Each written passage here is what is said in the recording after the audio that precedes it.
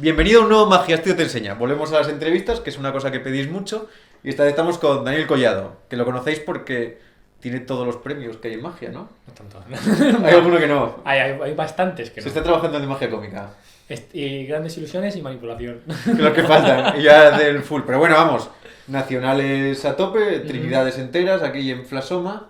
Sí. Un FISEM de creatividad, que es el gordo. Y luego... Y mucha magia, ¿no? A las espaldas. Sobre Sí. todo, que eso es lo que cuenta al final. Es el premio, ¿no? Al final el premio es el que te da el público. Claro, porque hay muchos magos que es verdad que tienen muchos premios, pero luego no actúan. Pero tú actúas mucho. Intento sobre todo. Es que... Y hoy vamos a hablar de uno de los temas más importantes, porque casi siempre hablamos de la magia en su aspecto técnico, estructural o incluso en el repertorio, pero nos olvidamos de que ocupamos muy poquito del escenario, ¿no? Que hay de la pared del fondo delante hay 4 metros, pero luego hay un montón de metros hacia allá llenos de gente que está mirando y que son importantes, ¿eh? Claro, una de las cosas que yo pensé era ¿para qué hago para qué y para quién? ¿No? ¿Para quién hago magia? Bueno, estamos hablando de los espectadores, ¿eh? Porque si acaso no queda claro, hoy vamos a dedicar a los espectadores. Claro, entonces tú piensas ¿para quién? O sea, si yo estoy durante mucho tiempo trabajando, estudiando, viendo en qué punto coloco cada cosa para que al final el espectador flipe, que le sorprenda y que sienta ese asombro, hay muchas otras cosas que se descuidan, ¿no? Porque hay muchos factores que hacen que al final el espectador flipe. Uno de ellos está la parte interna del juego, pero luego la parte externa también tiene mucho peso a la hora de que esa emoción se viva. Claro, porque al final es verdad que muchas veces, como asumimos de una manera muy simplista, que nuestra relación con el espectador es efecto, flipan, aplauden, termina, vuelven a ser pasivos y vuelve a repetirse ese ciclo, que además asumimos que crece, porque sí, ¿no? Que flipan más, Claro, y el flipan más espectáculo, porque... la ovación.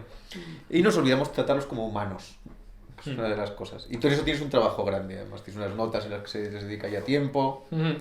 Esto nace, el tema de los espectadores, nace de una actuación que vi cuando yo ya muy poquito en la magia y me pareció que eso no iba muy bien encaminado, bajo mi punto de vista, era una catástrofe eso, a nivel de interacción con el espectador, ¿no? Porque el truco salió, el efecto salió, pero lo que se generó era muy feo, ¿no? Sobre todo era un mago muy agresivo, unos chistes muy ofensivos, un humor muy fácil, ¿no? Entonces, es algo que yo veo muchas veces que ocurre en magia y se deja de cuidar al espectador en ese aspecto, sin olvidarnos que muchas veces, sino un porcentaje enorme de la potencia mágica tiene que ver con la empatía. O sea, si el espectador te quiere, tu magia va a ser mucho más bien acogida que si no. Claro, porque yo lo pienso mucho en la primera salida de un espectador. Que eso es como una prueba de fuego. El primer tío que tienes ahí, o al primero que te diriges en concreto. Porque todos piensan, si este tío me saca, me va a tratar así. Entonces el primero hay como que sentar unas bases. Yo he visto espectáculo varias veces y tú al primero ya te lo ganas. Sí. Y luego ya se lo pasan bien. Y otra cosa, y antes ya te dejo, es consigues que los distintos espectadores vivan emociones ligeramente distintas.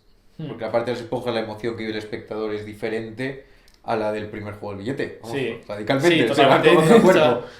Sí, la verdad es que cada uno tiene un mundo distinto, ¿no? Pero sí que es cierto lo que has dicho tú al principio, que el primer momento en el que sacas un espectador o interactúas con un espectador es muy importante, porque sientes el precedente. El público va a conocer cómo tratas a la gente. Porque si ya... Primero hay que pensar por qué la gente tiene miedo al mago.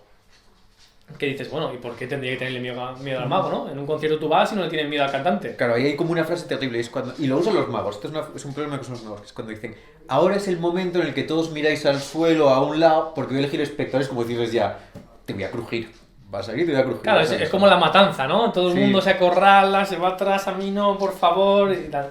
Cuando debería ser lo contrario, ¿no? Es cuando la gente debería pasárselo bien y salir y interactuar. Hay varias cosas. Yo creo que primero está la presión social de que la gente te está mirando y luego la incertidumbre. Lo que más rechazo genera a la hora de salir es la incertidumbre, no saber. ¿Qué va a pasar hoy? ¿Qué va a pasar? ¿Este hombre va a salir y me va a crujir? Y otra cosa que llevamos mal es que tenemos precedentes de magos que crujen a gente. Entonces, cuando la gente va a un espectáculo de magia, va con la conciencia social de que el mago saca, te hace bromas, se ríe un poquito de ti, hace magia, te aplauden a él y tú te sientas con las orejas agachaditas, ¿no? Pero, por ejemplo, yo te veo, tú trabajas con unos guiones además muy cerraditos en la parte de guión, pero luego unas interacciones muy abiertas. Sí. O sea, yo me doy cuenta de que, en tu caso, es que yo le vi muchas veces actuar y me gusta mucho la forma del espectador, que consigues que el espectador sienta que se está produciendo una relación en escena. Pero muchas veces hay un espectador monigote, ¿no? Que tiene que interactuar como en un guiñol según el guión que se le propone. Y eso es chungo para él. Imponer, ¿no? Sobre todo con... A mí me parece feo el no poder aprovechar cada persona. Porque cada persona es un mundo. Cada persona te puede ofrecer... Habrá alguien que salga que sea súper gracioso y habrá gente que sea muy tímida, gente que sea torpe, gente que... Y dependiendo lo que sea, pues eso es lo que te va a aportar el show. Un día en un juego un tipo será muy gracioso y te hará una cosa y será la bomba, pero luego no intentes forzarlo con un espectador que quizá no le hace, ¿no? Y yo creo que esto nace cuando tú intentas escuchar al espectador de verdad, cuando quieres conocerlo.